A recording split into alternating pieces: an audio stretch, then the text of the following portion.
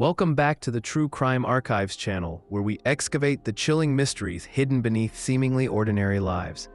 Tonight's story unfolds on the Jersey Shore, a coastal paradise turned chilling crime scene. I'm your host, and this is the story of an unexpected intruder, a mysterious device, and a night that blurred the line between vacation and nightmare. If you're intrigued by unsolved mysteries, break-ins, and unexplained horror, you're in the right place. My buddy Mike owns a magnificent beach house on the Jersey Shore. Describing it as beautiful doesn't even begin to do it justice. This place embodies generations of summers, laughter, and family heritage. It wasn't always mine to explore, but ever since his grandparents passed away and the house fell quiet, Mike's been free to use it, and even invited me along. It was mid-July, the perfect time for a relaxed weekend getaway. We drove down Friday afternoon, the Atlantic breeze guiding us toward a weekend of sun, sand, and boardwalk nights. Nothing too wild, just a peaceful escape. We arrived around 6 p.m., claimed the cozy upstairs bedrooms, and breathed in that mix of salt air and old wood, the unmistakable essence of a house that's witnessed countless summers. After subsisting on messy subs from a nearby shop, we wandered down to the shoreline. Fishing rods in hand, we cast into the gentle surf, not for the catch, but for the experience. That's when we met them, two barefoot girls wandering along the shoreline. Mike, ever the social guy, struck up conversation, a dance of small talk and chemistry in the moonlight, hometown charm sprinkled into the night. We exchanged numbers and slipped away to discover a secluded pocket of beach, quiet, dimly lit, just the sound of waves and wind. It felt like real life had paused, replaced by something else, suspended. The next morning, we rose with the sun around 9 a.m. and even managed a breezy 2-mile run across the boardwalk. A light haze of sweat mixed with ocean breeze reminded us we were alive. We lounged through the afternoon, soaked in warmth, and by evening, considered hitting Seaside's bars, but ultimately surrendered to exhaustion. The idea of lines and loud music was less appealing than sleep. Then came the beeping, an alarm so piercing it cut through dreams and reality in one shrill note. At first, it felt unreal, like a glitch in the night. But as I bolted upright, it was unmistakably real. A smoke detector scream echoing through the house. I sprang out of bed, scanning the second floor. Nothing, no smoke, no fire, no alarm. Confusion swirled as the sounds seemed to come from above, beckoning us to investigate. I banged on Mike's door. We raced up the stairs, barefoot and breathless. The top floor lay hushed under moonlight. We flipped the lights, expecting flames or chaos. Instead, silence, except for the relentless beeping.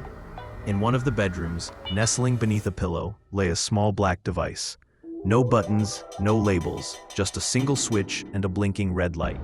My heart pounded as I flipped the switch. Silence. The mystery deepened. Mike entered. We stared, fear, disbelief. Neither of us had ever seen that device before or had reason to suspect anyone else had been in the house. It smelled of history, not horror. But horror had appeared, uninvited. In hushed voices, we questioned the purpose. Was it a malicious prank or something sinister? A safety tool gone rogue? But there was no smoke, no fire. Something darker lurked beneath.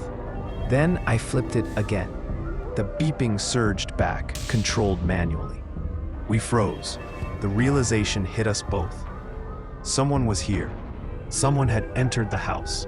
Instantly, fear took hold. We witnessed the proof.